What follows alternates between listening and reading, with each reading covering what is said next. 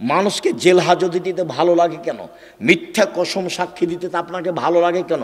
সব ছুঁচামি, নোংরামি, শয়তানি, জঘন্য কাজ আপনাকে ভালো লাগে কেন? 50 বছর বাগমারা থানাকে চ্যালেঞ্জ করলাম, 50 বছর বিগত, দেখি কার ছেলে বড় ইঞ্জিনিয়ার কি করেছে জাতির। ও তো আপনাকে বিকলাঙ্গ করার কৌশল। আপনার ছেলে মেয়ে হলে অ্যাডনর্মাল হবে। ল্যাংটা ছবি আপনাকে ভালো লাগে কেন? জেনা ভালো লাগে কেন? দোকানে বসে আড্ডা পিটতে ভালো লাগে কেন? হই হুল্লাড় করে চিল্লাচিল্লি করতে ভালো লাগে কেন? মানুষের বদনাম করতে ভালো লাগে কেন? বাচ্চার পায়ে জমজম চালু হয়েছে, কথা মিথ্যা। জিব্রাইল নিজে পায়ের আঘাত করতে পানি একবারে জোরে ফুটে বের হতে লাগলো। তখন ঘুম থেকে উঠেও বলে যে তোর সংসারই করবো না, যা তুই আমাকে বাদ দে, তুই সংসারই করবো না, এখনই ছেড়ে দে, এখনই ছেড়ে দে, আমি তোর সংসার করব না। তখন এ নিরুপায় হয়ে বলে যে যা তাহলে করবি না তো কি করবো, আর 1 তালাক 2 তালাক 3 তালাক যা। বিচারের মাঠে সব মানুষের সামনে আল্লাহ আসবেন, সব মানুষের সামনে, পুরুষ নারী। একটা ছেলে মাদ্রাসা লাইনে পড়তে দিয়েছেন, কোরআন হাদিস শিখবে, তো তাকে আবার দাখিল পরীক্ষায় ভালো রেজাল্ট হয়েছে, তো তাকে আপনি আবার কলেজে ভর্তি করলেন কেন? কে খালা বলেছে ভালো রেজাল্ট হয়েছে, তাকে ছেলেটাকে কলেজে ভর্তি না করে কোথায় পড়াচ্ছে? ডাক্তারি লাইনে পড়ছে। তো যেই ছেলেটা প্রথম থেকেই স্কুলে আছে, বাপে বলছে ভালো মেধা, তো 5ম শ্রেণী থেকে 2-3 জন প্রাইভেট মাস্টার রেখেছে, 10মে গিয়ে 4 জন প্রাইভেট মাস্টার রেখেছে। ইন্টার পাস করেছে যখন, তখন বিশ্ববিদ্যালয়ে ভর্তি হওয়ার জন্য সাবজেক্ট প্রতি একটা রেখেছে শিক্ষক। তারপরে বিশ্ববিদ্যালয়ে ভর্তি হয়েছে, তারপরে পড়াশোনার জন্য বাহিরে গেছে, পড়াশোনা করে বাহির থেকে এসেছে, তাই হলো ইঞ্জিনিয়ার। তো খালি চুরি করে, ও খালি কি করে? চুরি করে। যেখানে হিসাব নিকাশ লাগায় রাস্তাঘাটের, সেখানে টাকা কিভাবে মারা যাবে সেটাই তার মাথায় আছে। আর লোকে বলছে বড় ডাক্তার। তো যখনই কোনো প্রেসক্রিপশন লেখে কোনো রোগীর, তখন ওই কোম্পানির লিখে যে কোম্পানি তাকে টাকা দিয়েছে। তো প্রতারক, ধোঁকাবাজ। বহির্বিশ্বে গিয়ে যে ভালো পদে পড়াশোনা করেছে তাকে টয়লেটের সুপার বানিয়েছে বহির্বিশ্বে। ওকে তো বড় চাকরি দিবে না, 200-400 লেবারের দায়িত্ব দিয়েছে, মাসিক বেতন 3 লাখ টাকা। তো এও মনে করলো যে বিদেশে 3 লাখ টাকা বেতন পাই, সুপারের দায়িত্বশীল, সুইপারের দায়িত্বশীল হলে কি হবে? তাই ফলাফল হলো এই। তাহলে বাপে 4 থেকে নিয়ে চিন্তা ভাবনা করেছে বড় ডাক্তার করব, ফলাফল হলো প্রতারক। বাপে বলছে বড় ইঞ্জিনিয়ার বানাবো, ফলাফল হলো চোর। আর মেধা ভালো তাই বিদেশে কিছু করে, তাই হলো যারা সুইপার তাদের লিডার। 50 বছর বাগমারা থানাকে চ্যালেঞ্জ করলাম, 50 বছর বিগত, দেখি কার ছেলে বড় ইঞ্জিনিয়ার কি করেছে জাতির। আগামীকালকে আমার সাথে কথা বলবেন। বিগত 50 বছর থাকলো চ্যালেঞ্জ, 50 বছর বিগত। আপনি বলবেন আমার ছেলে পড়াশোনা করে দেশের এই করেছে, জাতির এই করেছে, জাতির এই করেছে, সব সময় জাতির কল্যাণের জন্য প্রস্তুত আছে, এটা দেখাবেন। তো এই ছেলেটাকে কোরআন হাদিস শিখতে দিয়েছিলেন, তাকে আবার ওখানে দিলেন কেন? এ কি করবে? যাকে সব সময় প্রাইভেটে রেখেছেন সেটাই হলো না, তারই ফলাফল এই। আপনাকে আমি বহুদিন শুনিয়েছি বাগমারার মাটিতে। আপনার ছেলেকে তো আমি খুব ভালোভাবে চিনি। ওই যে সেদিন এসেছিল, প্যান্টটা টাকনোর নিচে ছিল, দাড়ি চাঁচা ছিল, সিগারেট হাতে ছিল, গলায় টাই ছিল, গাড়ি থেকে নামলো, বৌমা একটু পরে নামলো, হালকা হালকা গায়ে কাপড় আছে, নাতনি একটু পরে নামলো, গায়ে কোনো কাপড়ই নাই, গাড়ির পিছন দিকে কুকুর আছে। এই তো আপনার পড়াশোনার ফলাফল। আমি 35 বছর থেকে মাঠে আছি, 90 সাল থেকে এখন পর্যন্ত এদেশের কোনো মানুষ আমাকে ওই ঘরে ঢোকাতে পারেনি যে ঘরে ছবি মূর্তি আছে। আর আমি তো করোনার 5 পয়সা দাম দিইনি। যারা করোনার ওষুধ বের করেছে তারা একদিনও করোনা দেয় না, টিকিট দেয় না। ওরা ও তো আপনাকে বিকলাঙ্গ করার কৌশল। আপনার ছেলে মেয়ে হলে অ্যাডনর্মাল হবে, ওটা তো আসলে ও আপনার ফিলিস্তিনের মানুষ মারে, ও আবার আপনার কল্যাণ চাই। মাথায় কি গোবর আছে? ও আপনার কল্যাণ চাইবে কিভাবে? এটা আপনি কি দিয়ে বুঝলেন? সে আপনার জানের শত্রু, সে আপনার মানের শত্রু, সে আপনার টাকা পয়সার শত্রু, সে আপনার সব কিছুর শত্রু। সে আপনাকে ঔষধ দিয়ে ভালো করে রাখবে, জীবনে কোনোদিন যেন আপনার এই হয় না, সেই হয় না, হেপাটাইটিস হয় না, কি হয় না। এ তো পাগল বানিয়েছে আপনাকে। তাই সব স্কুলের ছেলেকে স্কুলের মেয়েকে টিকে দিতে হবে, পালাক্রমে এসেছে। কত বুঝাইছে ভালো করে, এটা নিতে হবে, সেটা নিতে হবে, এটা ভালো, সেটা ভালো। বলে কত টাকা বেতন পান আপনি? এত আপনি বলছেন কেন? বল হিসাব। সম্মানিত দিনী ভাই বোন, মরণকে স্মরণ করতে পারে যে, সে হলো হুঁশিয়ার মানুষ। আল্লাহ রাসূল বললেন যে কবর জিয়ারত করো, তাহলে মরণ স্মরণ হবে। মাঝে মধ্যে কবরের পাশে যেতে হবে, বাপের, মায়ের, আত্মীয় স্বজনের কবরের পাশে গিয়ে হাত তুলে দোয়া করতে হবে এবং ভাবতে হবে আমিও এই কবরের সদস্য।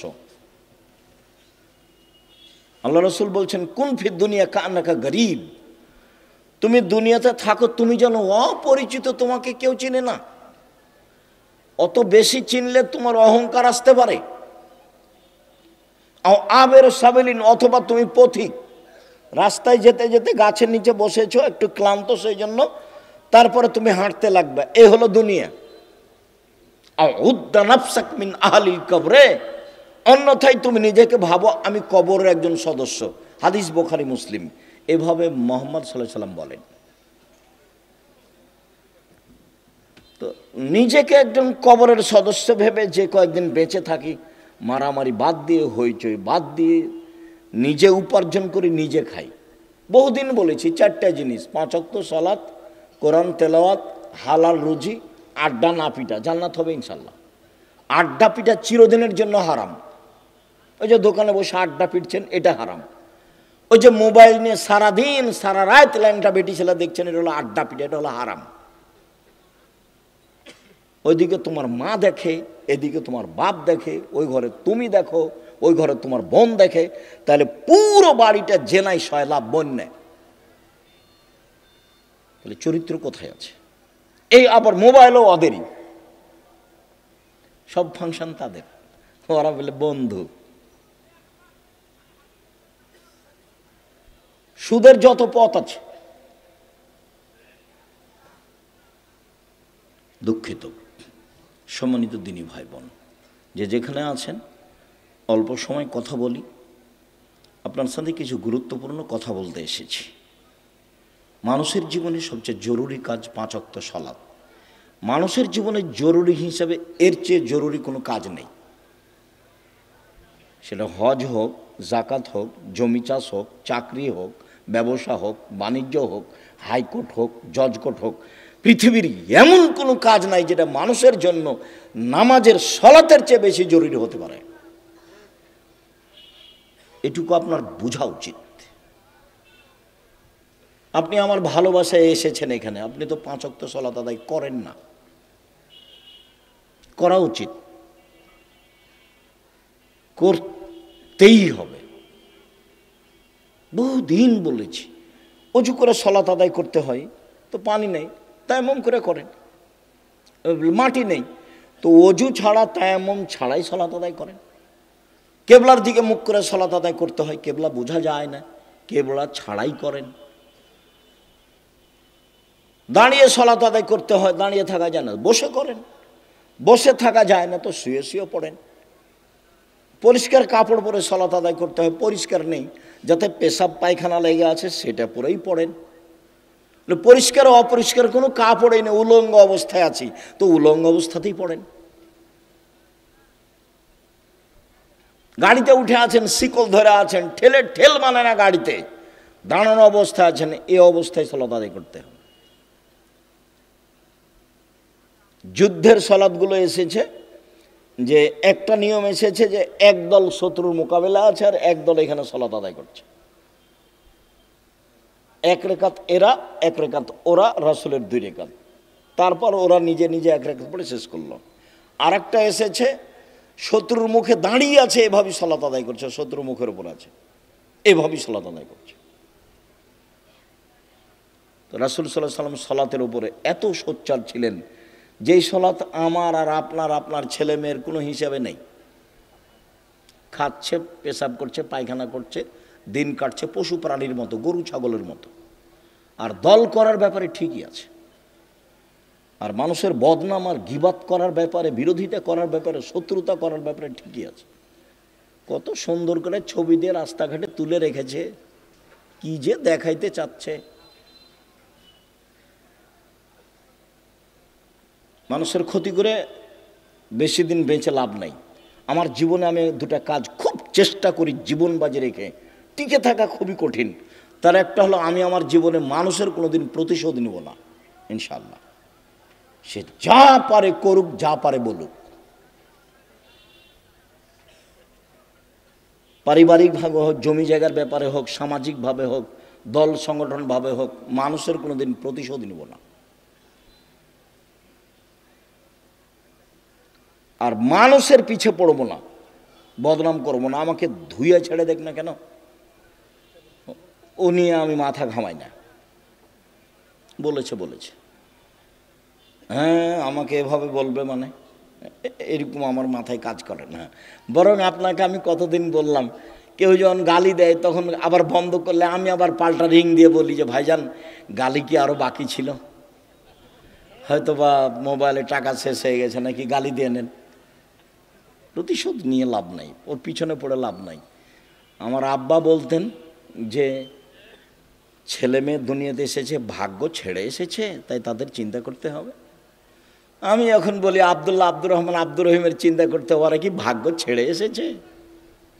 ওরা ভাগ্য নিয়ে আসেনি, ওদের তাকদিরে কিছু লেখা আছে তো নাকি? যেদিন আল্লাহ মানুষ সৃষ্টি করেছেন সেদিন 4টা জিনিস লিখেছেন, হায়াতাহা ও মাউতাহা ও রিজকাহা ও মাসায়েবাহা। তার মরণ, তার জীবন, তার রুজি, তার অসুখ বেসুখ। করোনা লেখা থাকলে হবেই। 4টা লেখা আছে, 1 মরণ, 2 জীবন, 3 রুজি, 4 রোগ ব্যাধি। আমি এই কথা বলিনি, এই কথা মুহাম্মদ সাল্লাল্লাহু আলাইহি সাল্লাম বলেছেন। এটা আমার ব্যক্তিগত কোনো স্বাধীনতা নাই এখানে, এটাকে আমি বিশ্বাস করি এবং খুব শক্তভাবে বিশ্বাস করি। ঢাকাতে এক লোক করোনা হয়েছে, তো আমি দেখবো আর গায়ে হাতে একটু দোয়া করব। তো আর ছেলে মেয়ে সবাই আছে, খালি আমাকে অনুরোধ করছে যে ওস্তাদজি আপনি ভিতরে আসেন না, ওস্তাদজি আপনি ভিতরে আসেন না, আপনি আমার আব্বার জন্য বাহির থেকে দূর করেন, দোয়া করেন। বলছি আমি তো আমার অন্তর তো ধাক্কা খাই না যে তোমার বাপের গায়ে হাত লাগালে আমাকে করোনা ধরবে।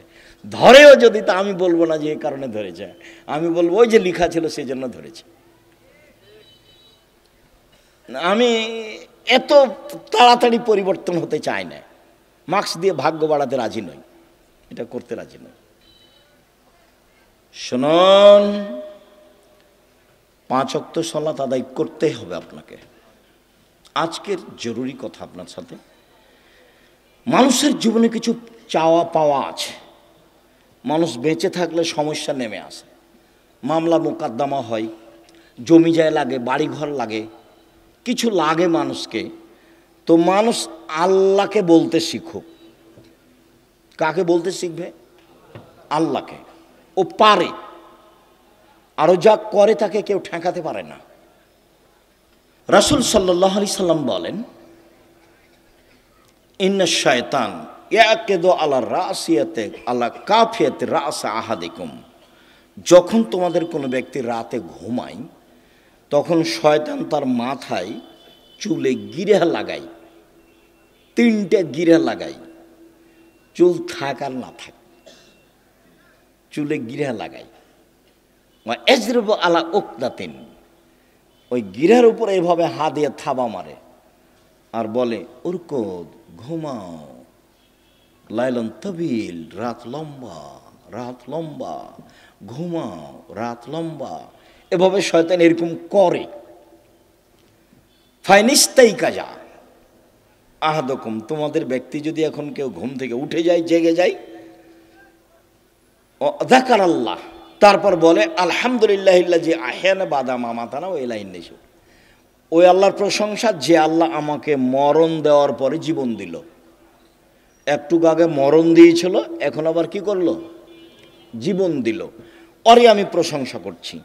এইটুকু বললেই একটা গিরা খুলে যাবে।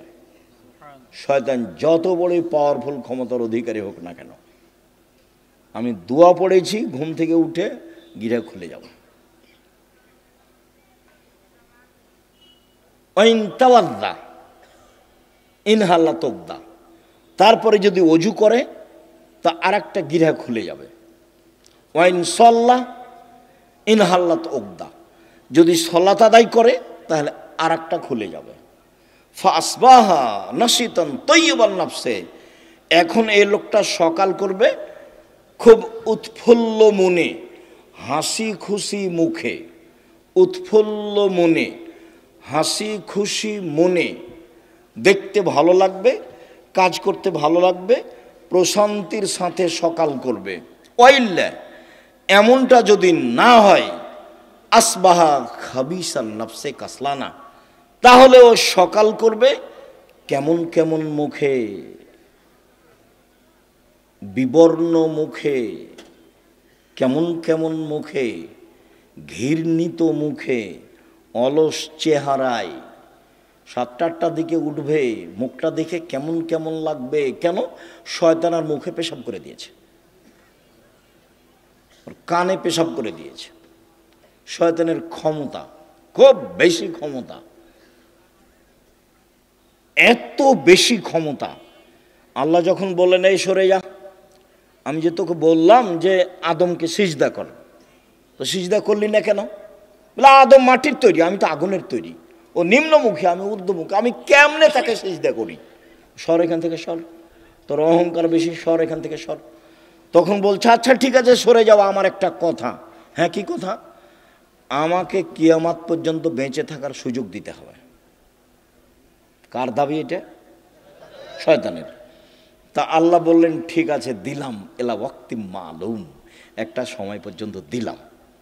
যেমন পেয়েছে সময়, তেমনি বলছে ওয়া ইজ্জাতিকা, তোমার সম্মানের কসম। আল্লাহ রাব্বি, শয়তান বলছে ইয়া রাব্বি, হে আমার প্রতিপালক, তোমার সম্মানের কসম, লাউবিয়ানিল ইনসানা মাদামা তারহুম ফি আসাদিহিম, আদমের ছেলে মেয়েকে পাপ করাবো করাবো করাবো, ওকে আমি ভুল পথে নিয়ে যাব যাব যাব, ওর দেহে যতদিন শ্বাস আছে আমি তাকে পাপই করেই ছাড়বো। ও কেমনে জান্নাতে যায় তা আমি দেখে ছেড়ে দেব। এ কথা শয়তান বলল। আপনি বুঝতে পারছেন না? কোরআন মাজিদে শত জায়গাতে এসেছে, সব খারাপকে আপনাকে ভালো করে দেখায়। যত খারাপ তত আপনার কাছে প্রিয়। ল্যাংটা ছবি আপনার কাছে ভালো লাগে কেন? জেনা ভালো লাগে কেন? দোকানে বসে আড্ডা পিটতে ভালো লাগে কেন? হই হুল্লাড় করে চিল্লাচিল্লি করতে ভালো লাগে কেন? মানুষের বদনাম করতে ভালো লাগে কেন? মানুষকে জেল হাজতে দিতে ভালো লাগে কেন? মিথ্যা কসম সাক্ষী দিতে আপনাকে ভালো লাগে কেন? সব ছুঁচামি, নোংরামি, শয়তানি, জঘন্য কাজ আপনাকে ভালো লাগে কেন? সব শয়তান আপনার মাথায় সারাদিন পাকায়, সেজন্য ভালো লাগে। তো বলেছে আমি ওকে জাহান্নামে নিয়ে যাব, কেমনে জান্নাতে যাই তা আমি দেখে ছেড়ে দেবো। এটা আল্লাহর সামনে তার কসম। বলছে তোমার ইজ্জতের কসম, আমি ওকে জাহান্নামে নিয়ে যাব, আমি একাই যাব। তাহলে পৃথিবীতে সবচেয়ে বেশি রিক্সে জীবন কাটায় কে বলেন তো? শয়তান। ওর চেয়ে রিক্সে, খুব বেকায়দায়, খুব বিপদগ্রস্ত অবস্থায় আর কেউ নেই শয়তান ছাড়া। আর তার কাজ আবার কমে গেছে। কেন? ইহুদিদের কাছে তার কোনো কাজ নাই। আমাদের চাঁপাই নবগঞ্জে বলে শয়তান হলো 14 ইলিমের পড়া, মানে বিদ্যা আছে সব। ইহুদি তো জাহান্নামে যাবেই, তো ওখানে গিয়ে কি করবে? খ্রিস্টান তো জাহান্নামে যাবে, তো ওখানে গিয়ে কি করবে? হিন্দুরা তো জাহান্নামে যাবেই, তো ওখানে গিয়ে কি করবে? যারা কাদিয়ানি তারা তো গেছে, যারা শিয়া তারা তো গেছে, আকীদায় মাইর খেয়েছে যারা, তারা তো জাহান্নামে যাবে। তো তাহলে শয়তানের কাজ সব জায়গা থেকে ঘুরে এসে যারা কোরআন হাদিস পড়ে, মানতে চায়, সালাত আদায় করতে চায়, এখানে আছে। যারা দিন ধর্মের যত কাছাকাছি, শয়তান সেখানে তত শক্ত। এখন আল্লাহ যদি বলতেন, এই শয়তান কিছু করতে পারবি না, যা কিছু করতে পারবি না, তাহলে খুব ভালো হতো। তো এখন আল্লাহ বলছেন যে আচ্ছা ঠিক আছে, ওয়া ইজ্জতি ওয়া জালালি ওয়া ইরতেফায়ে মাকানি, আমার সম্মানের কসম, আল্লাহ বলছেন আমার সম্মানের কসম, আমার মর্যাদার কসম, আমার ইজ্জতের কসম, আদমের ছেলে মেয়ে যতবার ক্ষমা চাইবে ততবার ক্ষমা করে দেব। এইটা বললেন, তার মানে ক্ষমা চাওয়ার একটা পালা থেকেই গেল। আমাকে আপনাকে বাঁচতে হলে দিন রাত ক্ষমা চেয়েই বাঁচতে হবে। মানে আস্তাগফিরুল্লাহ ওয়া আতুবু ইলাইহি তাসবিহ করে নিতে হবে। তাসবিহ, শ্বাস চলে যেমন অজান্তে, মুখে থুথু আসলে ফেলে দেন যেমন অজান্তে, সময় আসলে খাওয়া রেডি হয় যেমন স্বাভাবিকভাবে, তেমনি জীবনে স্বাভাবিকভাবে আসতে হবে আস্তাগফিরুল্লাহ ওয়া আতুবু ইলাইহি। আস্তাগফিরুল্লাহ ওয়া আতুবু ইলাইহি। চলছেন, ফিরছেন, উঠছেন, বসছেন, আল্লাহ বললেন যে ঠিক আছে, আদম সন্তান যতবার আমাকে বলবে আমার ভুল হয়েছে ততবার আমি ক্ষমা করে দেব, এইটা বললেন। কিন্তু বললেন না যে তুই কিছু করতে পারবি না, এটা বলেননি।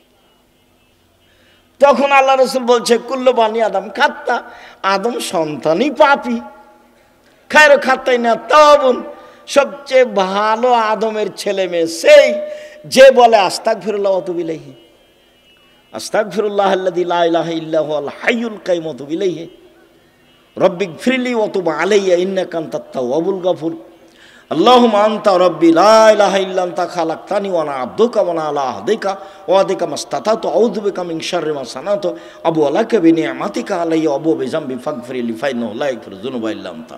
এই ছেলে, আমাকে কাজ দেখাচ্ছ, ধৈর্যের পরিচয় দাও।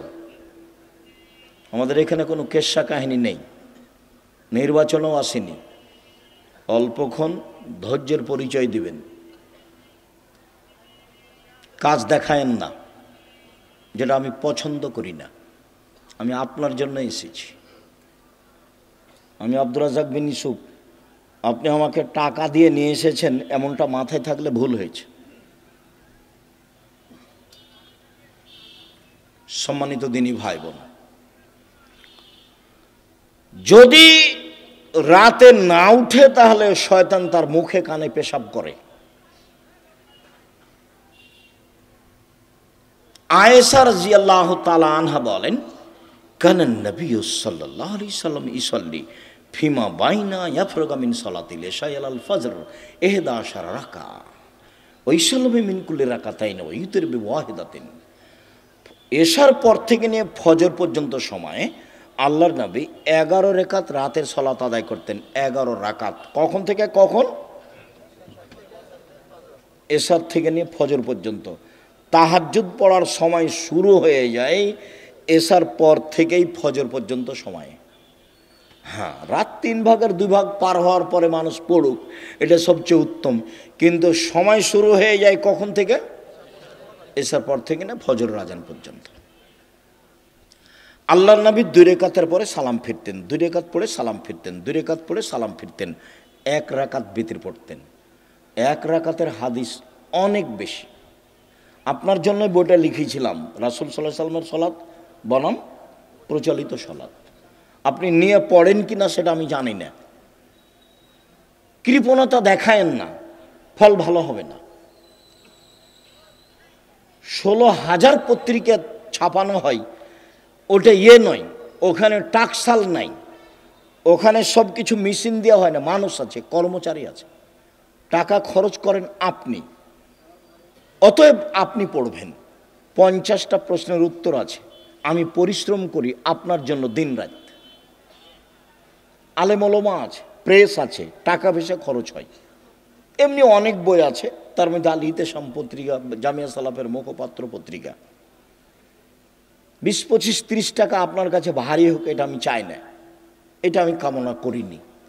আমি মনে করছি বই কিনবেন, পড়বেন, বন্ধু বান্ধব, আত্মীয় স্বজন, খালা ফুফু সবকে দিবেন, যারা আছে আত্মীয় স্বজন তাদেরকে দিবেন। যে আব্দুর রাজ্জাক সাহেব সলাতের পর বইটা লিখেছেন, দেখেন তো, 1 রাকাত বেতের, 3 রাকাতের হাদিস বোখারি মুসলিম, 5 রাকাতের হাদিস বোখারি মুসলিম, সব একটানা, 3 রাকাত একটানা, 5 রাকাত একটানা। বিকল্প কি সেটা আপনাকে আমি বলতে চাইনি, আমি আপনাকে বলতে চাইছি বোখারি মুসলিমের হাদিস এইভাবে। বুঝাতে পারিনি মনে হয়। সম্মানিত দিনী ভাই বোন,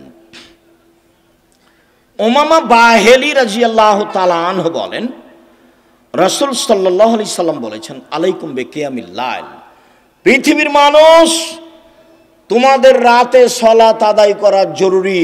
আল্লাহ নবী বলছেন, আমি বলিনি এই কথা।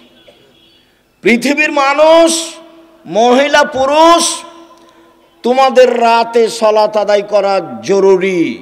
কেন? হুয়া কুরবাতুন লাকুম ইলা রাব্বিকুম, রাতে সালাত আদায় করলে তোমরা তোমাদের প্রতিপালকের নিকটে হতে পারো।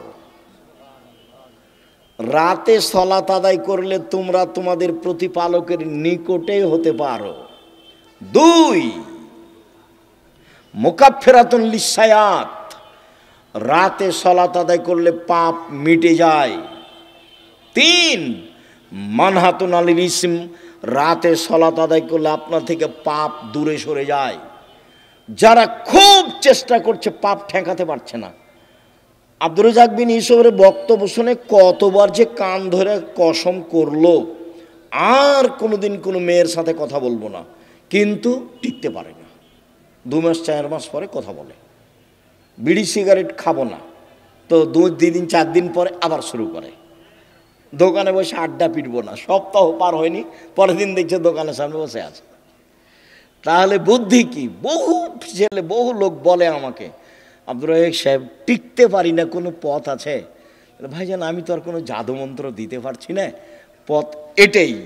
তাহলে রাতে উঠে 2 রাকাত সালাত আদায় করে আল্লাহকে বলেন।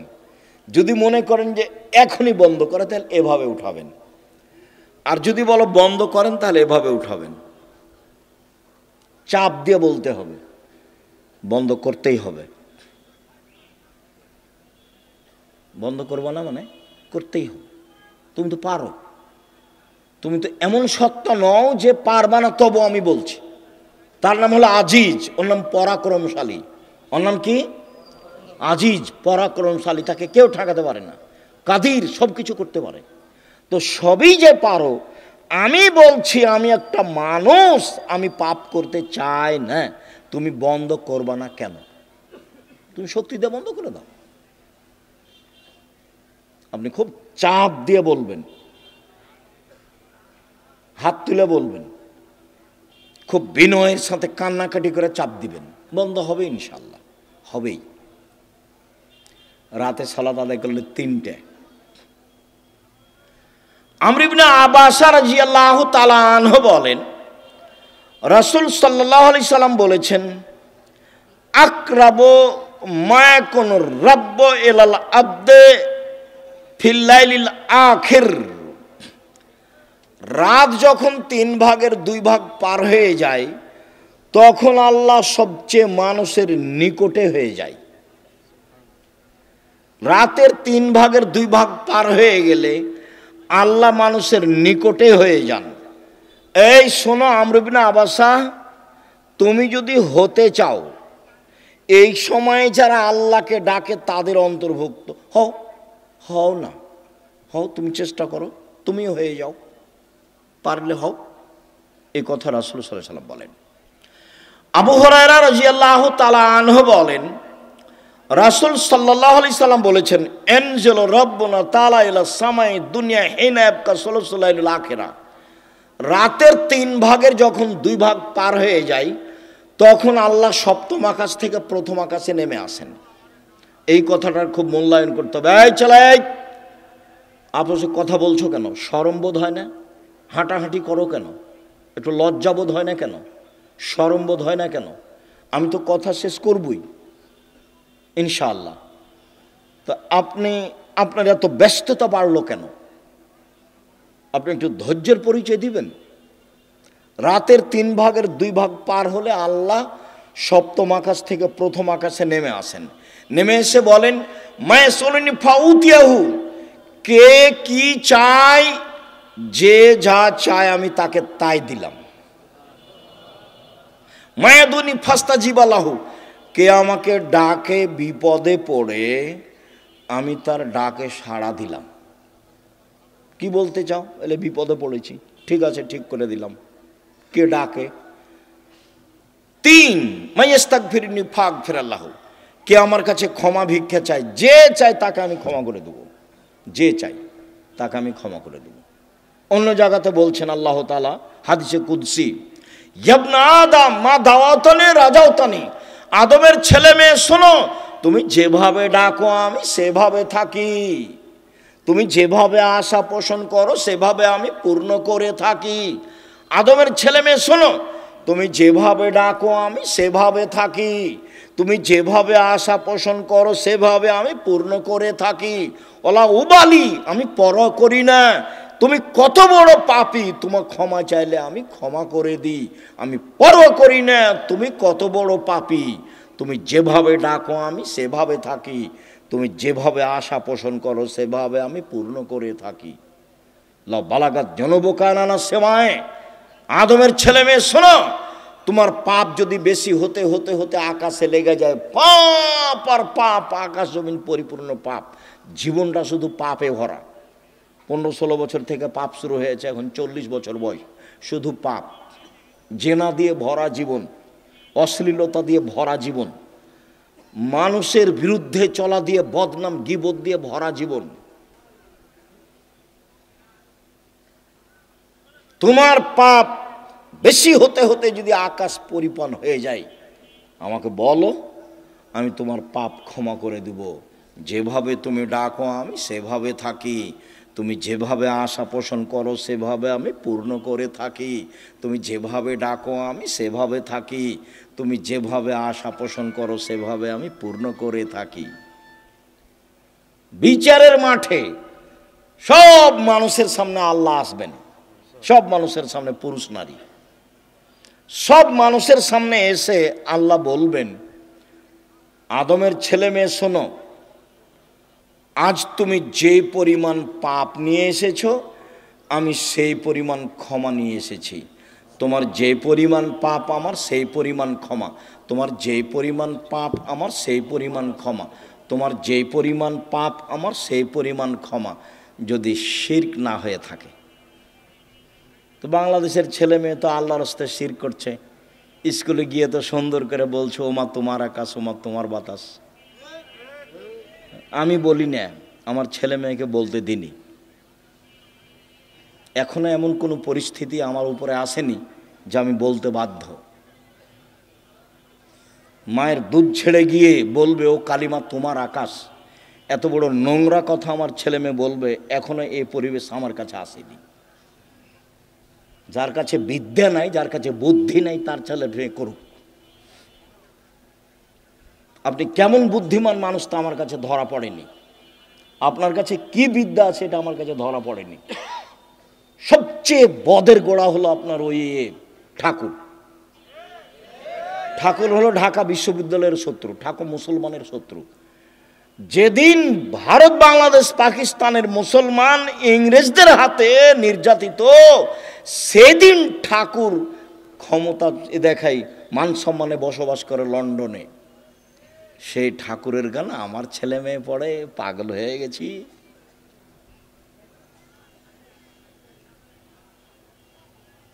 এ তো অবাক হয়ে গেল, এ তো নিজের ঘরের ওই কি বলছে গো, ব্রয়লার মুরগি জ্বালিয়ে দিয়ে ইন্ডিয়া থেকে মুরগি নিয়ে আসতে হবে, মানে মাথায় গোবর আছে।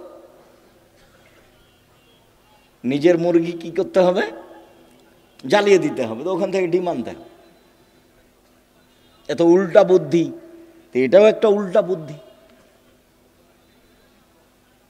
চেষ্টা করো না কেন? কই বাগমারের ছেলে মেয়ে নাকি জেনারেল লাইনে পড়ে ইঞ্জিনিয়ার হয়ে বড় ডাক্তার হয়ে জাতির উপকার করেছে। কোথায় উপকার করেছে? পুঠিয়া থানা না? তো পুঠিয়া থানার ছেলে মেয়েরা খুব ভালো পড়াশোনা করেছে, অনেক কিছু করেছে। আমি তো বলছি প্রায় 30 বছর থেকে, আমি তো 30 বছরের ওই সেই কত বালানগরে এসেছিলাম বহুদিন আগে, সেদিন আমি বলেছি তোর বাপের আকাশ, সব সময় বলছি। আমি তো ঘৃণা জানাই। সম্মানিত দিনী ভাই বোন, রাতে উঠে আল্লাহকে কিছু বলতে হবে। আল্লাহ আমার আর আপনার কথা শোনার জন্য প্রতীক্ষমান। আল্লাহ নেমে আসেন আমার কথা শোনার জন্য, আর আমি ঘুমিয়ে থাকি, তাহলে এটা কেমন হলো? বুঝাতে পারলাম না কথা মনে হয়। আল্লাহ নেমে আসেন আমার জন্য, আর আমি কি করি? ঘুমিয়ে থাকি। একটা কথা মধ্যে মনে রাখেন, আমি ঘুমিয়ে থাকি এর অর্থ এই নয় যে সবাই ঘুমিয়ে থাকে। সবাই ঘুমিয়ে থাকে না। কেউ না কেউ আল্লাহকে বলে যে ঠিক আছে তাহলে আমাকে এটা করে দাও, ঠিক আছে তাহলে এটা আমাকে করে দাও, এভাবে বলে।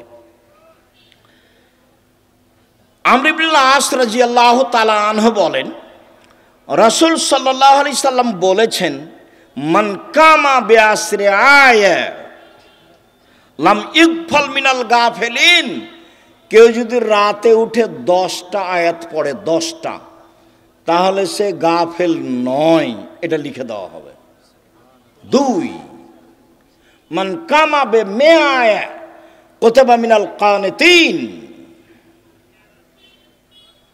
কেউ যদি 100 আয়াত পড়ে রাতে উঠে সলাতে, 100 আয়াত, তাহলেও পরহেজগার মানুষের অন্তর্ভুক্ত লিখে দেওয়া হবে।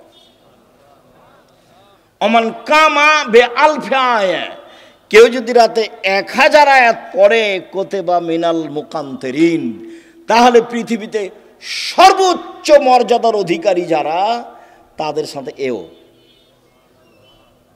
বড় বড় মর্যাদার অধিকারী, ইব্রাহিম আলাইহিস সালাম এরকম যারা বড় বড় মর্যাদার অধিকারী, আপনি যদি রাতে 1000 আয়াত পড়েন, যদি এটা ভারী, তো 100 আয়াত তো পারবো, 10 আয়াত তো পারবো।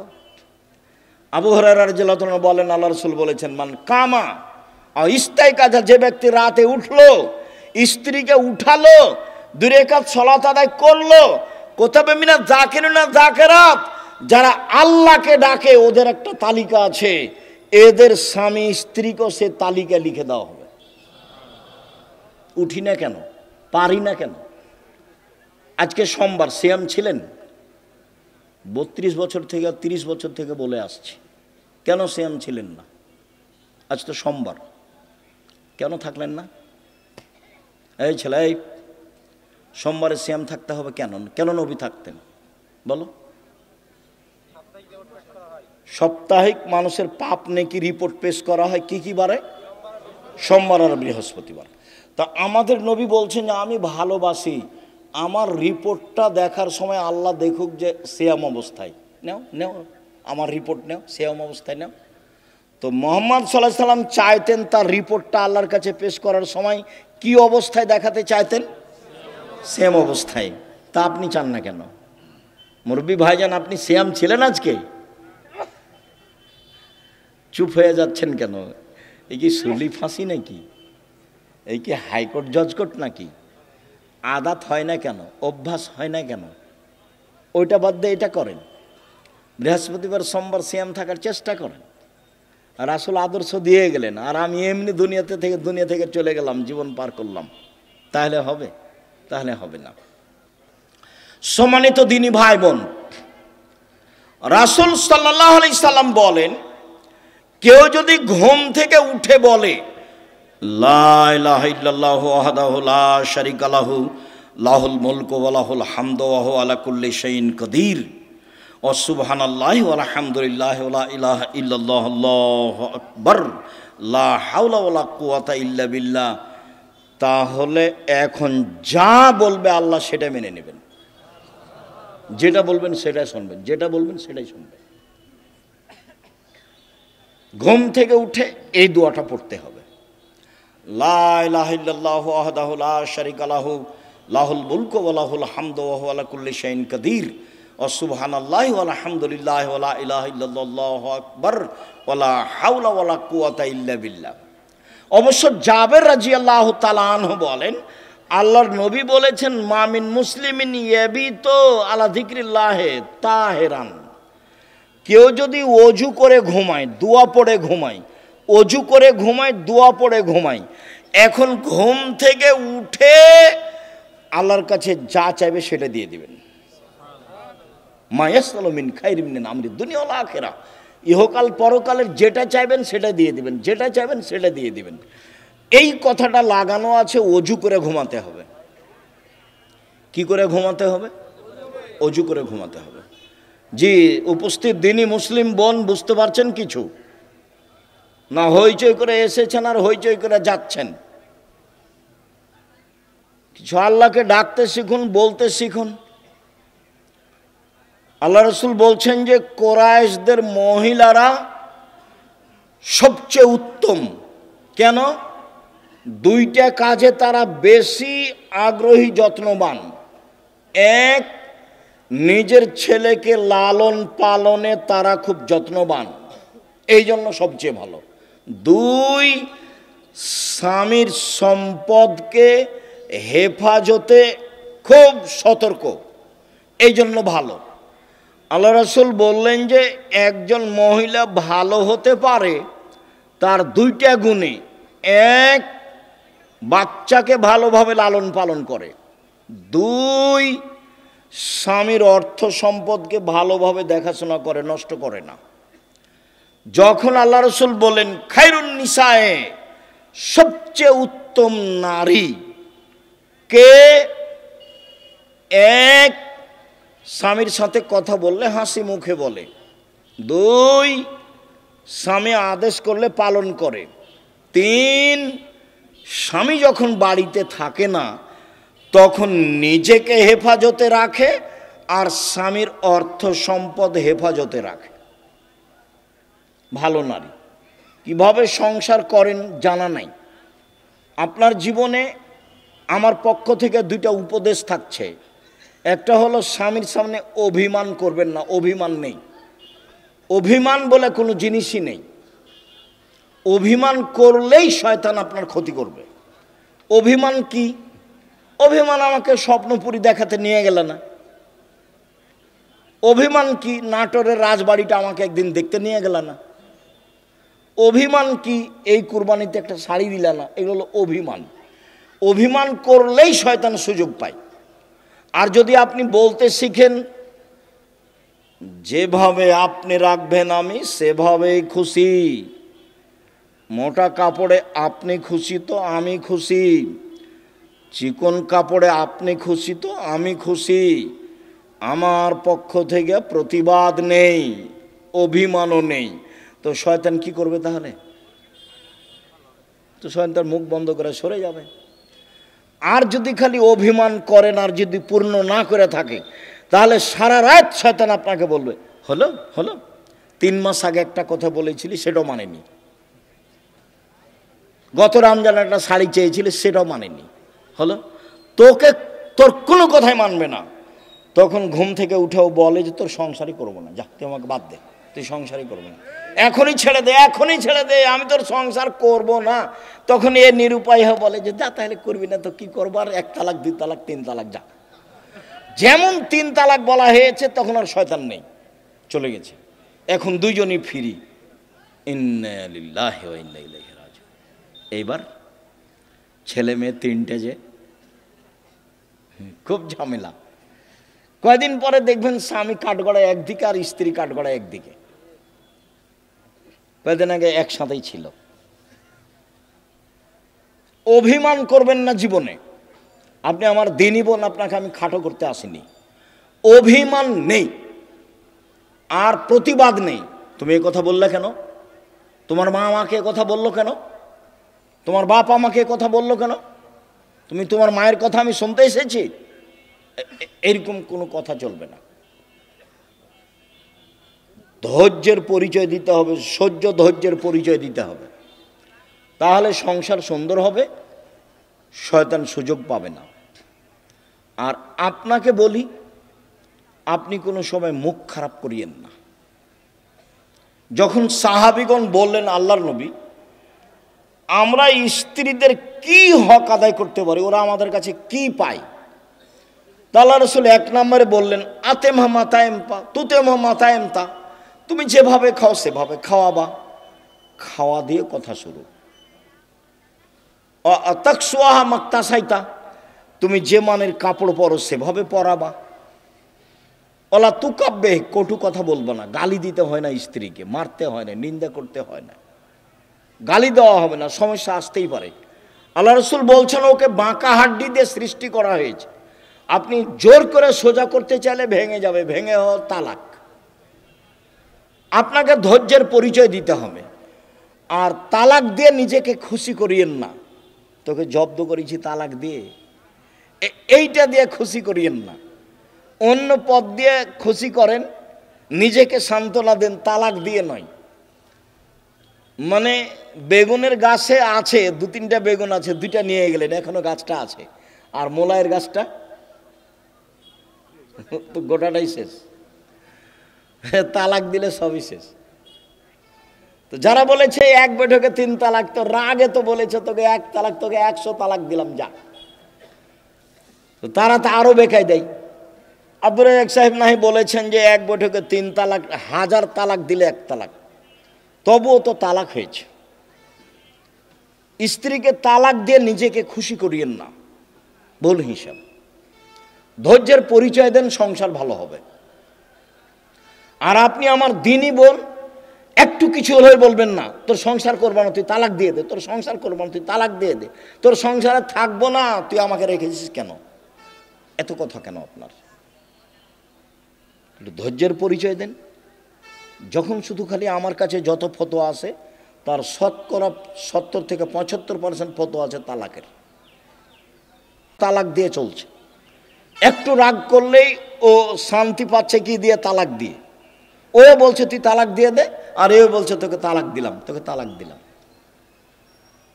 তালাক তো দেওয়া আল্লাহর বিধান, তারপর বলছে ক্ষমা চেয়েছি। ওকে হুজুর নাকি বলেছে যে তালাক দিয়ে ক্ষমা চেয়েছে, তার মানে হুজুরকে ক্ষমা চাইতে হবে আল্লাহর কাছে। তালাক দিয়েছে সেটা তো আর পাপ নয়, সেখানে ক্ষমা চাইতে হবে কেন? বলে আমাদেরকে তওবা পড়িয়ে মিল করে দিয়েছে, বলে হুজুরকে তওবা করতে হবে। এখন হুজুরকে তওবা করতে হবে যে তালাকের তওবা পড়িয়ে মিল করে দিয়েছি, তো তালাকের তওবা কেন? তালাক তো আল্লাহর বিধান। তালাক কার বিধান? আল্লাহর বিধান।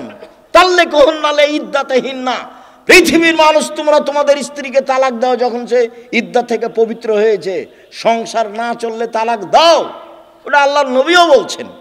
তো সেখানে পাপ হলো কি করে যে তওবা পড়িয়ে তাদেরকে একসাথে করে দিল? তালাক তো একটা বিধান। মানুষের সংসার শেষ পর্যন্ত যদি নাই চলে তাহলে এই পথে ফিরে আসতে হবে। সম্মানিত দিনী ভাই বোন, বলছিলাম 1 মানগত খাবার দিবেন, 2 মানগত কাপড় দিবেন, 3 গালি দিবেন না, নিন্দা করবেন না, 4 কটু কথা বলবেন না, মারবেন না, 5 নিজের বাড়ি ছাড়া কোথাও থাকতে দিবেন না। আপনার বাড়িতে থাকবে, আপনার স্ত্রীটা যে আপনার মাথায় থাকে যেন, হাট বাজারে তাকে যেতে হবে না। আর আপনি মহিলা মানুষ হাটে যান কেন, বাজারে যান কেন? আপনার স্বামী মরেছে, দেবর মরেছে, ভাসুর নেই, দেবর নেই, শ্বশুর নেই, বাপ নেই। যেদিনই কোনো শিক্ষক আমাকে বলে আব্দুর রাজ্জাক সাহেব 2 দিন ছুটি নিতে হবে, কেন? আমার ছেলের আঁকিকা, তখন আমি বলছি আপনার বাপ আছে? বলে হ্যাঁ আছে। শ্বশুর আছে? হ্যাঁ আছে। তো কী ব্যাপার, বাপের সাথে কথা হয় না নাকি? বলে হ্যাঁ হয়। তো আঁকিকার জিম্মেদারি আপনার মাথায় কেন?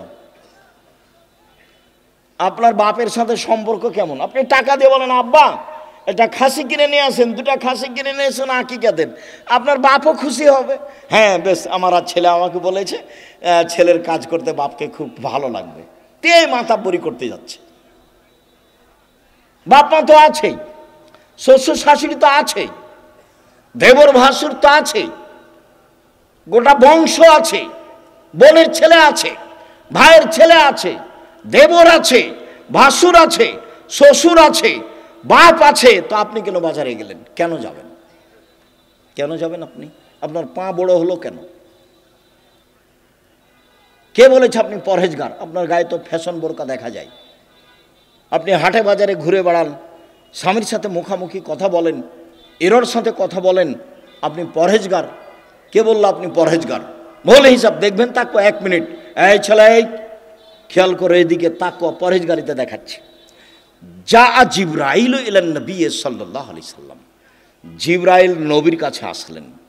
নবীর কাছে এসে বলছেন, হাজেহি খাদিজা, এই যে খাদিজা, এই যে খাদিজা আতাত, এই যে আসছে, এই যে খাদিজা আসছে। মাহা এনাউন, তার সাথে আছে একটা পাত্র। ফিহে এদামুন তম, তাতে আছে তরকারি, তাতে আছে খাদ্য, তাতে আছে তরকারি, তাতে আছে খাদ্য। ও আপনার কাছে এটা নিয়ে আসছে। শোনেন, মোহাম্মদ সাল্লাল্লাহু আলাইহি সাল্লাম, জিবরাইল বলছেন। কে বলছেন বলেন তো? জিবরাইল বলছেন। কাকে বলছেন? আমাদের নবী মোহাম্মদ সাল্লাল্লাহু আলাইহি সাল্লাম বলছেন, ফাকরা আলাইহা সালাম আমিন রব্বে হাওয়া মিন্নি, ওকে বলে দেন খাদিজা আল্লাহ তোমাকে সালাম দিয়েছে। খাদিজা, জিবরাইল তোমাকে সালাম দিয়েছে। ও বাশশারা বাইতিন ফিল জান্নাহ মিন সাকাবিন, আর বলে দেন খাদিজা তোমার জন্য জান্নাতে একটা ঘর বানানো হয়েছে হীরা মুক্তা মাণিক্য দিয়ে। লা সাখাবা ফিহে ওয়ালা নাসাবা, সেখানে নেই কোনো হইচই, নেই কোনো কষ্ট ক্লেশ ক্লান্তি, সেখানে নেই কোনো হইচই হই হুল্লাড়, সেখানে নেই কোনো কষ্ট ক্লেশ দুঃখ দুর্দশা, কিছু নেই। বলে দেন 3টা কথা। 1, খাদিজা আল্লাহ তোমাকে সালাম দিয়েছে। 2, খাদিজা জিবরাইল তোমাকে সালাম দিয়েছে। 3, খাদিজা তোমার জন্য একটা জান্নাতে ঘর বানানো হয়েছে, জিবরাইল বললেন আমাকে। দেখলেন, খাদিজা একজন মহিলা মানুষ, কি করেছেন, কি করেন এমন? খাদিজা কি করেন এমন? আব্দুর রাজ্জাক সাহেব, সেই তো আমরা তো বুঝতে পারছি না কি করেন এমন। তাহলে দেখি আরো 2টা কথা বলি আপনার সাথে, দেখি কিছু ধরা পড়ে নাকি। ইব্রাহিম আলাইহিস সালাম তার স্ত্রী সারাকে নিয়ে এক এলাকা পার হচ্ছিলেন। ইব্রাহিম সালামের স্ত্রী পৃথিবীর ইতিহাসে সবচেয়ে সুন্দরী মহিলা সারা, এ কথা মুহাম্মদ সাল্লাল্লাহু আলাইহি সাল্লাম বলেন। তো ইব্রাহিমকে বলা হলো যে আপনার স্ত্রীকে স্বৈরাচার সরকার ডেকে পাঠিয়েছে। তো ইব্রাহিম আলাইহিস সালাম চেষ্টা করলেন, কিন্তু রক্ষা হলো না। পৃথিবীর 2য় মহামানব ইব্রাহিম আলাইহিস সালাম শেষ পর্যন্ত বললেন, যাও, স্বৈরাচারী সরকার তোমাকে ডেকে পাঠিয়েছে, যাও। তো ভিতরে ঢুকতেই ওই স্বৈরাচারী সরকার দাঁড়িয়েছে, হাত বাড়িয়েছে, গায়ে হাত লাগাবে সেই জন্য। তখন সারা বলছেন, এই থামো, আগে অজু হবে, 1, 2 রাকাত সালাত হবে, তারপরে কোনো কথা। অজু করে 2 রাকাত সালাত আদায় করে বলছে, আল্লাহুম্মা, হে আল্লাহ, ইন কুনতু আমানতু বিকা ওয়া বিরাসূলিকা, আমি সারা যদি তোমাকে মেনে নিয়ে থাকি যে তুমি আল্লাহ, আমি সারা যদি তোমার নবী ইব্রাহিমকে নবী বলে মেনে নিয়ে থাকি, যে ইব্রাহিম নবী আমি মেনে নিলাম। 3, আমার জিন্দেগিতে যদি আমি আমার লজ্জা স্থানকে আমার স্বামী ছাড়া কাউকে ব্যবহার করতে না দিয়ে থাকি, এই কথা 3টা যদি আমার সত্য হয়ে থাকে, নির্জনে এই স্বৈরাচারী শাসক যেন আমার গায়ে হাত লাগাতে না পারে। কথা শেষই হয়নি, উল্টে পড়ে গেছে ও। দেখলেন না ইমানের দাবি কেমন? পারবেন? হাটে বাজারে হ্যাঁ করে হাঁটছেন না, ঘুরে বেড়াচ্ছেন, কি দিয়ে হবে? বাড়িতে যাবেন, টিভি চলছে, স্বামী তো কেমন আপনি ভালো জানেন। আপনার স্বামীকে আমি খাটো করে কষ্ট আপনাকে দিতে চাই না, তবে আপনার স্বামী কাপুরুষ আমার কাছে ধরা পড়ে, এটা ঠিক।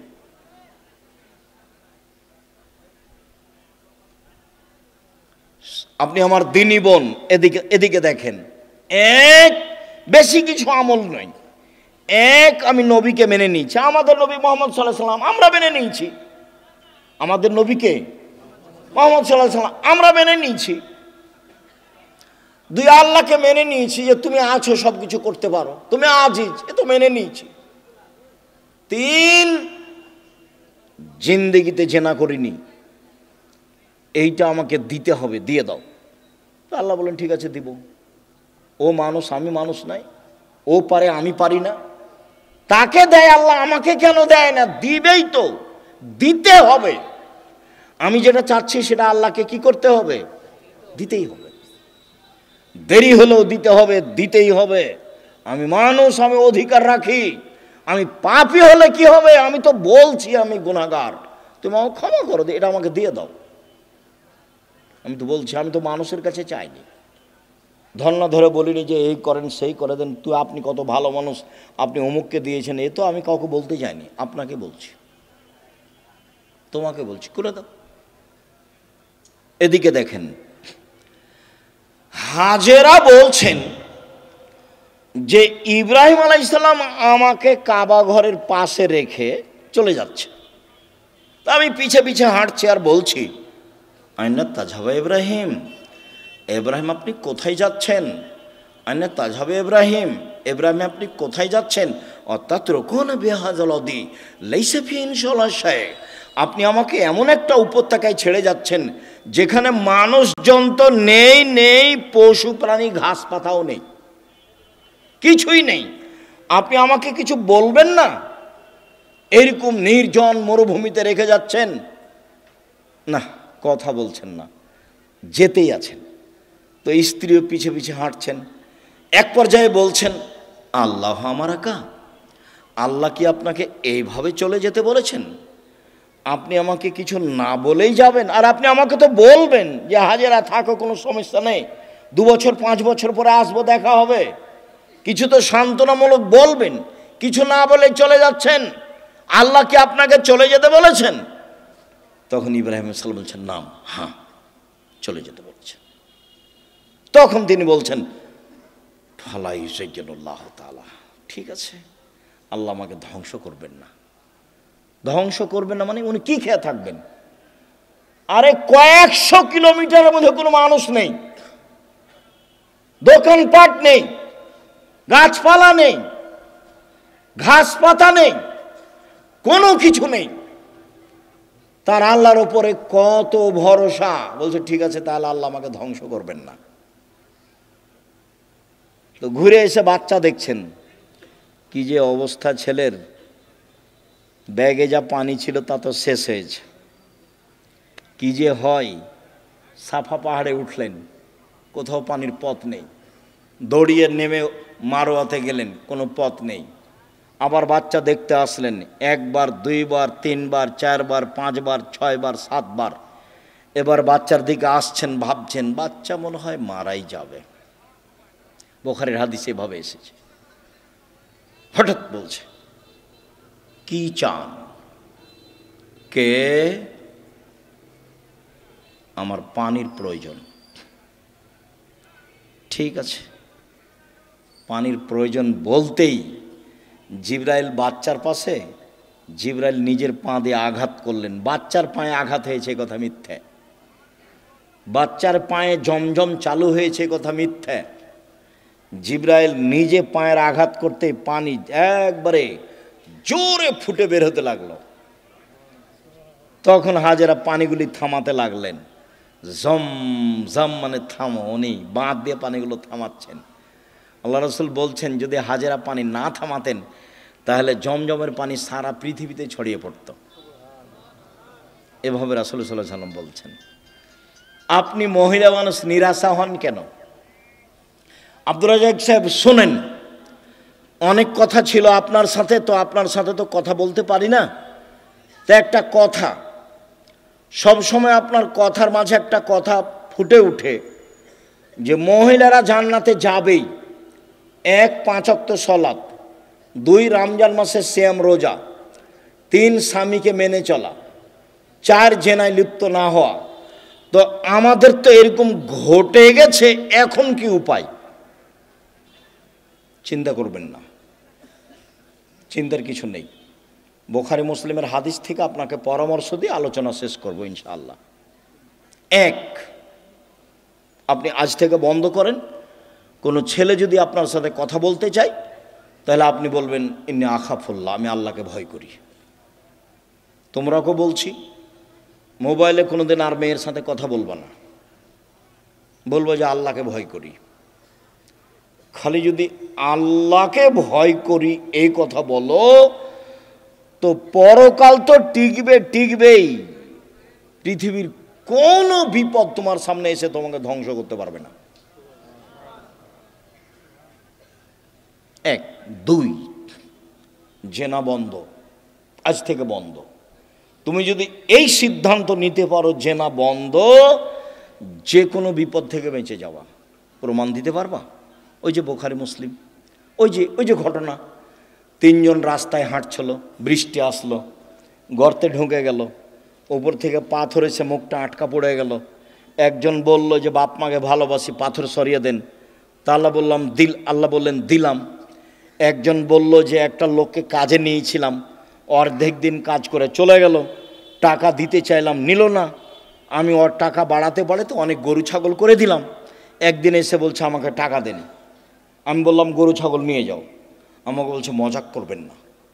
না, মজাক করিনি, তুমি সবই নিয়ে যাও। সবই নিয়ে গেছে। তে কাজটা যদি ভালো করে থাকি পাথর সরিয়ে দাও, দিলাম। তার একজন বলছে আমার চাচাতো বোনের সাথে আমি জেনা করতে চেয়েছিলাম, তো আমাকে 200টা স্বর্ণ মুদ্রার কথা বলেছিল। আমার চাচাতো বোন ভেবেছিল আমি গরিব মানুষ, টাকা সংগ্রহ করতে পারবো না স্বর্ণ মুদ্রা। আমি হাড় ভাঙা পরিশ্রম করে লম্বা সময় 200 দিরহাম দেনার জমা করে তাকে দিলাম। আমি জেনায় বসেছি, জেনা করব। তখন আমাকে বলছে দেখ আল্লাহকে ভয় কর, আমাকে অসতী প্রমাণ করিস না। দেখ তুই আল্লাহকে ভয় কর, আমাকে জেনাকারিনী মহিলা হিসাবে গণ্য করিস না, আমাকে অসতী প্রমাণ করিস না। তা আমি অন্যায় করিনি, উঠে গেছি। তো দেখো তাহলে পাথর সরিয়ে দাও। তা আল্লাহ বলছেন দিলাম। এ দেখেন, বোঝা গেল না কথা? আর এদিকে আল্লাহ বলছেন অনাহান নাফসা আনিল হাওয়া ফাইনাল জান্নাত হিয়াল মাওয়া। কেউ যদি নিজেকে অশ্লীল কাজ থেকে ঠেকাতে পারে, আমি আল্লাহ তাকে জান্নাতুল মাওয়া দিলাম। আপনি রাতের লম্বা আলোচনা আছে, বক্তব্য রেকর্ডিংয়ে আছে, সেখান থেকে নেবেন। আপনাকে নেওয়ার জন্য আন্তরিকভাবে অনুরোধ জানিয়ে কয়েকটি জরুরি কথা, চলাচল বন্ধ করে কথা শুনবেন। আর আমি কোনো সময় আসলে আমার একটা অনুরোধ রক্ষা করবেন, কাজ মাথায় করে নিয়ে আসিয়েন না। আপনি যখন রাস্তায় হাঁটেন, গল্প করেন, তখন আপনার কাজটাকে আমি ঘৃণা করি, আমাকে ভালো লাগে না। আর আমি আমার কথার উপরে খুব বিশ্বাসী যে আমি কোরআন হাদিসের কথা বলি। আমার জীবনে আমি কোনোদিন রূপক অপ্রয়োজনীয় কথা বলিনি। তো আপনার হেঁটে বেড়াটা, আপনার গল্প করাটা, আপনার চায়ের স্টলে বসে থাকাটা, এটা আমি ঘৃণা করি। কাজে এই সময় আপনি আমাকে কাজ দেখাবেন না। কি করবেন গিয়ে? দোকানে বসে থাকবেন, নাহলে বউয়ের সাথে গিয়ে ঝগড়া লাগাবেন। কি কাজ আছে? আমি তো আপনার এলাকায় থাকি, কাজে আপনার কাজ আমি খুব ভালোভাবে বুঝি। আর জমি জায়গার চাষ যদি বলেন, তা আমার আব্বা কৃষক মানুষ ছিলেন, আমিও কৃষকতাকে ভালো বুঝি। জমি চাষ করা, কিভাবে ধান উৎপাদন হবে, কিভাবে আমার আব্বাকে আমি দেখেছি। কাজে আপনার কাজকর্ম আমি ভালো জানি। উপার্জনের পথ 4টা। এই ছেলে, উপার্জনের পথ কয়টা? 4টা। 1 দিন মজুরি, সন্ধ্যায় টাকা শেষ হবে। 2 চাকরি, 25 দিনে সাধারণত টাকা শেষ হবে। কয়দিনে? 25 দিনে, বাকি 5 দিন ধার কর্জ করে চলবে। 3 জমি চাষ, মাস শেষে বছর শেষে লাভ লস সমান বা লস বেশি। এবার আলুতে খুব লস থাকলো। 4 ব্যবসা। তখন আল্লাহ রসুল বলছেন সত্যবাদী বিশ্বস্ত ব্যবসায়ীরা নবীর সাথে থাকবে। তাহাজ্জুদ পড়ে থাকা যায় না। 2টা মেয়ের লালন পালন করলে নবীর সাথে থাকা যাবে। 2টা মেয়ের, 3টে মেয়ের লালন পালন করলে নবীর সাথে থাকা যাবে। একটা সহজ পথ নবীর সাথে থাকার, কি? সত্যবাদী বিশ্বস্ত ব্যবসায়ী। আমি বলিনি এই কথা মোহাম্মদ সাল্লাল্লাহু আলাইহি ওয়াসাল্লাম বলছেন। আত্তাজির আসাদিক আল আমিন এখনো ইয়ামাল কিয়ামা শুহাদা সিদ্দিকুন নবীন ও নবী, সত্যবাদী বিশ্বস্ত ব্যবসায়ীরা বিচারের মাঠে সিদ্দিক শুহাদা নবীদের সাথে থাকবেন। এটা আমার মুখের কথা নয়। 2 আর তিজারাত মাল কিজবাল হালাফ, ব্যবসাতে মিথ্যা কথা এসে যায়, ব্যবসায় কসম চলে আসে, ফাসুবহু বিসাদকা, দান করে মিটিয়ে দাও। তো দিন মজুরি করলে তো দান করতে পারবেন না, ও তো সন্ধ্যায় টাকা শেষ হয়েছে। চাকরি করলে তো 25 দিনে গেছে, কয়েকদিন ধার কর্য করে গেছে। আর জমি চাষ করলে তো লাভ লস সবাই বুঝে। তাহলে কিছু করতে হলে কি করতে হবে? ব্যবসা, রিস্ক নিয়ে ব্যবসা করতে হবে, পিছু হটার কোনো সুযোগ নেই।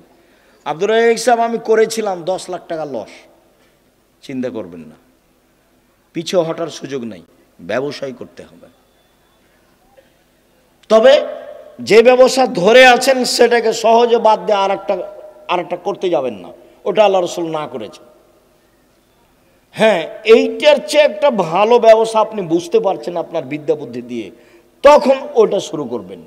একটা টোটালি ছেড়ে দিয়ে আরেকটায় যাবেন না, নাহলে মায়ের খাওয়ার সম্ভাবনা আছে। তাহলে রুজি উপার্জনের সবচেয়ে উত্তম পথ কোনটা? ব্যবসা। আমি চকলেট দিয়ে ব্যবসা করতে বলিনি, আমি বলেছি সবচেয়ে কম পয়সার ব্যবসা কি? চকলেট। আমি বলিনি যে চকলেটেরই ব্যবসা করতে হবে, আমি বলেছি শ্বশুরের কাছে যৌতুক নিও না, চকলেটের ব্যবসা করো। তা আমি কি চকলেটেরই ব্যবসা করতে বলেছি, না লোন লাগবে না কিদের ব্যবসা কিসের করতে হবে? কম টাকার, তাহলে লোন নেওয়া লাগবে না। কলার ব্যবসা করতে বলেছি, লোন নেওয়া লাগবে না। আর কলকাতায় হিরোইন কিনে ঢাকায় বিক্রি করতে নিষেধ করেছি, শ্বশুরের কাছে টাকা নিতে নিষেধ করেছি, খুব শক্তভাবে নিষেধ করেছি। এবং এ কথা বলেছি, ভিক্ষা করা টাকা দিয়ে চাউল কিনে ভাত খেয়ে ইবাদত কবুল হবে, শ্বশুরের কাছে যৌতুক নিয়ে এসে টাকা দিয়ে চাউল কিনে ভাত খেয়ে ইবাদত কবুল হবে না। শ্বশুরের কাছে টাকা নেওয়া জুলুম, ওটার নাম কি? যৌতুক। সন্ধ্যা হতে হতে টাকা ফেরত দিতে হবে, দিতেই হবে যে কোনো মূল্যে। নিজে উপার্জন করে খেতে শিখো, দিন মজুরি করে খাও, সহজ পথ। ব্যবসা করো ছোট, সহজ পথ। শুকরিয়া।